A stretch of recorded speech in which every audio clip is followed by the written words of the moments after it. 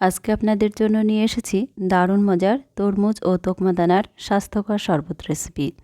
তীব্র দাবদাহে শরীর মন শীতল রাখতে বা গরমে সারাদিনের ক্লান্তি দূর করতে এই রকম রিফ্রেশিং আর ঠান্ডা ঠান্ডা শরবতের জুড়ি মেলা ভার। আর এটা শুধু তৃষ্ণা মেটাবে না, বরং শরীরকে সতেজ রাখবে। মাত্র কয়েকটি উপকরণ দিয়ে খুব সহজেই তৈরি করা যাবে স্পেশাল এই শরবত, যা কিনা বাড়ির ছোট থেকে বড় সবার কাছে খুবই পছন্দের। শরবতটা বানানোর জন্য প্রথমেই দুধটা রেডি করে নিচ্ছি। প্যানে 1.5 কাপ লিকুইড দুধের সাথে 1 প্যাকেট গুঁড়ো দুধ মিশিয়ে নিলাম। এতে করে দুধটা তাড়াতাড়ি ঘন হয়ে যাবে। আর যেহেতু গুঁড়ো দুধ মিশিয়ে নিয়েছি, তাই আর চিনিটা অ্যাড করছি না। দুধটা ফুটিয়ে সাইডে রেখে দিলাম ঠান্ডা হওয়ার জন্য। এরপর এখানে নিয়ে নিয়েছি তকমা দানা। 2 চা চামচ তকমা দানা অল্প জল দিয়ে ভিজিয়ে রেখে দেব। এটা মিনিট 5 ভিজিয়ে রাখলেই ভুলে যাবে আর পরিমাণেও বেড়ে যাবে। আপনারা চাইলে এখানে তকমা দানার পরিবর্তে চিয়া সিডটাও ব্যবহার করতে পারেন। জল দিয়ে দিয়েছি আর একটু চামচ দিয়ে এভাবে মিশিয়ে নিয়ে সাইডে রেখে দেব। এখন একটা মাঝারি সাইজের তরমুজ নিয়েছি। এই তরমুজটা আমার পুরোটা লাগবে না, এখান থেকে প্রয়োজন মতো কেটে নিতে হবে। একটু বড় সাইজের তরমুজ নিলে তরমুজগুলো খেতে বেশি ভালো লাগে, তাই এবারে তরমুজটা থেকে ছোট ছোট ফালি করে নিয়েছি আর এর থেকে বীজগুলো একটু বেছে নিচ্ছি। এখন ছোট ছোট কিউব করে কেটে নিচ্ছি।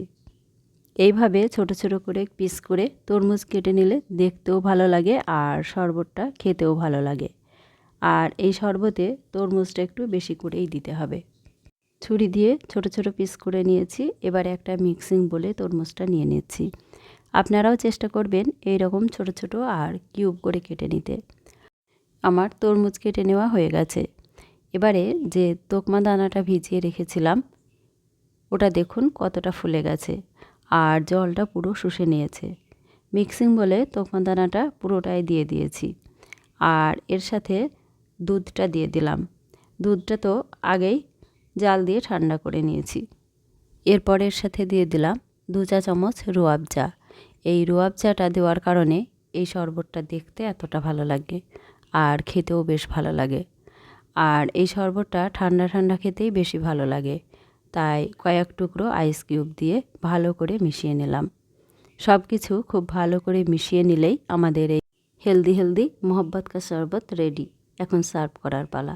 এই শরবত বেশি ঠান্ডা খেতে চাইলে সব কিছু রেডি করে কিছুক্ষণ ফ্রিজে রেখে দিতে পারেন, অথবা আরও আইস অ্যাড করে নিতে পারেন।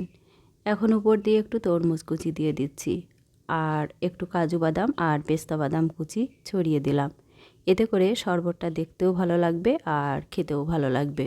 আশা করি আমার এই শরবত রেসিপিটি আপনাদের ভালো লেগেছে। ভালো লাগলে প্লিজ লাইক, কমেন্ট ও শেয়ার করুন আর আমার এই ছোট্ট চ্যানেলটা সাবস্ক্রাইব করুন। সবাইকে অসংখ্য ধন্যবাদ।